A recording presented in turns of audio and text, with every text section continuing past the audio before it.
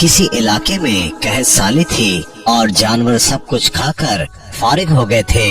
मजीद कुछ खाने को रहा ही न था। मवेशी मालकान बेहद परेशान थे। उस दौरान एक मस्जिद के मौलवी ने जुम्मे के खुतबे में नहायत यकीन के साथ ये बात बताई कि अल्लाह का नाम लेकर यानी बिस्मिल्लाह पढ़कर दरिया को हुक्म दिया जाए तो वो भी नाफरमानी नहीं करता।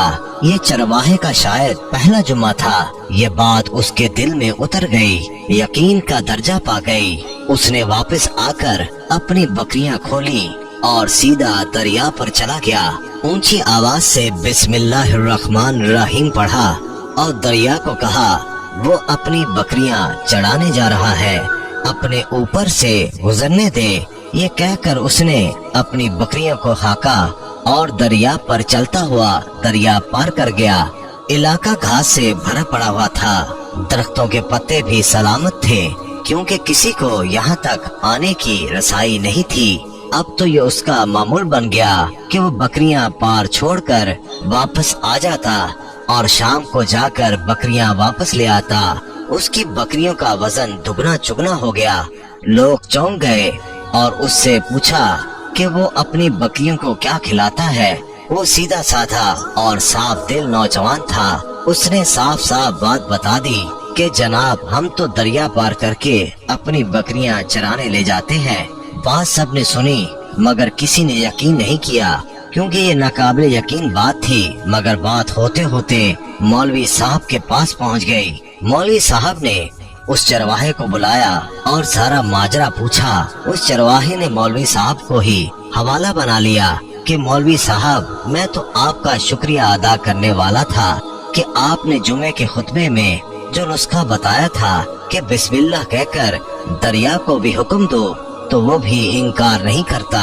मौलवी साहब हैरत से उसके चेहरे को देखते रहे। मौलवी साहब ने कहा भाई साहब ऐसी बातें तो हम हर जुम्मे में करते हैं, फकत इनका मकसद लोगों का ईमान बनाना होता है। मगर बकरियों वाला डटा रहा कि मैं तो बस बिस्मिल्लाह कहकर पानी पर चलता हूँ और बकरियों समेत पानी पार चला जाता हूँ। आखिरकार मौलवी साहब ने सुबह खुद ये तजर्बा करने की ठानी और चरवाहा भी आ गया। मजमा ज्यादा था। मौलवी साहब ने एक दो बार सोचा कि इनकार कर दूं, मगर वो जो मौलवी साहब को कंधे पर उठा कर लाए थे अब भी जोश खरोश से अल्लाह अकबर के नारे लगा रहे थे और मौलवी साहब के हक में तारीफें कर रहे थे। आखिरकार मौलवी साहब ने एक रस्सा मंगवाया। पहले उसे एक दरख्त के साथ बांधा, फिर अपनी कमर के साथ बांधा, फिर डरते डरते ढीला ढाला बिस्मिल्लाह पढ़ा और दरिया पर चलना शुरू हो गए। मगर पहला पाँव ही रखा था कि धड़ाम से पानी में गिर गए। मौलवी साहब डुबकियां खाने लगे और पानी के बहाव में बहना शुरू हो गए। लोगों ने खींच खींच कर बाहर निकाला। मौलवी साहब की इस हरकत ने चरवाहे को परेशान कर दिया कि मौलवी साहब की बिस्मिल्लाह को ये क्या हो गया है, क्योंकि उसका ये रोज का मामूल था। उसके अपने यकीन में कोई फर्क ना आया। उसने बिस्मिल्लाह कहकर बकरियों को पानी की तरफ इशारा किया और खुद उनके पीछे चलता हुआ पार छोड़कर वापस भी आ गया।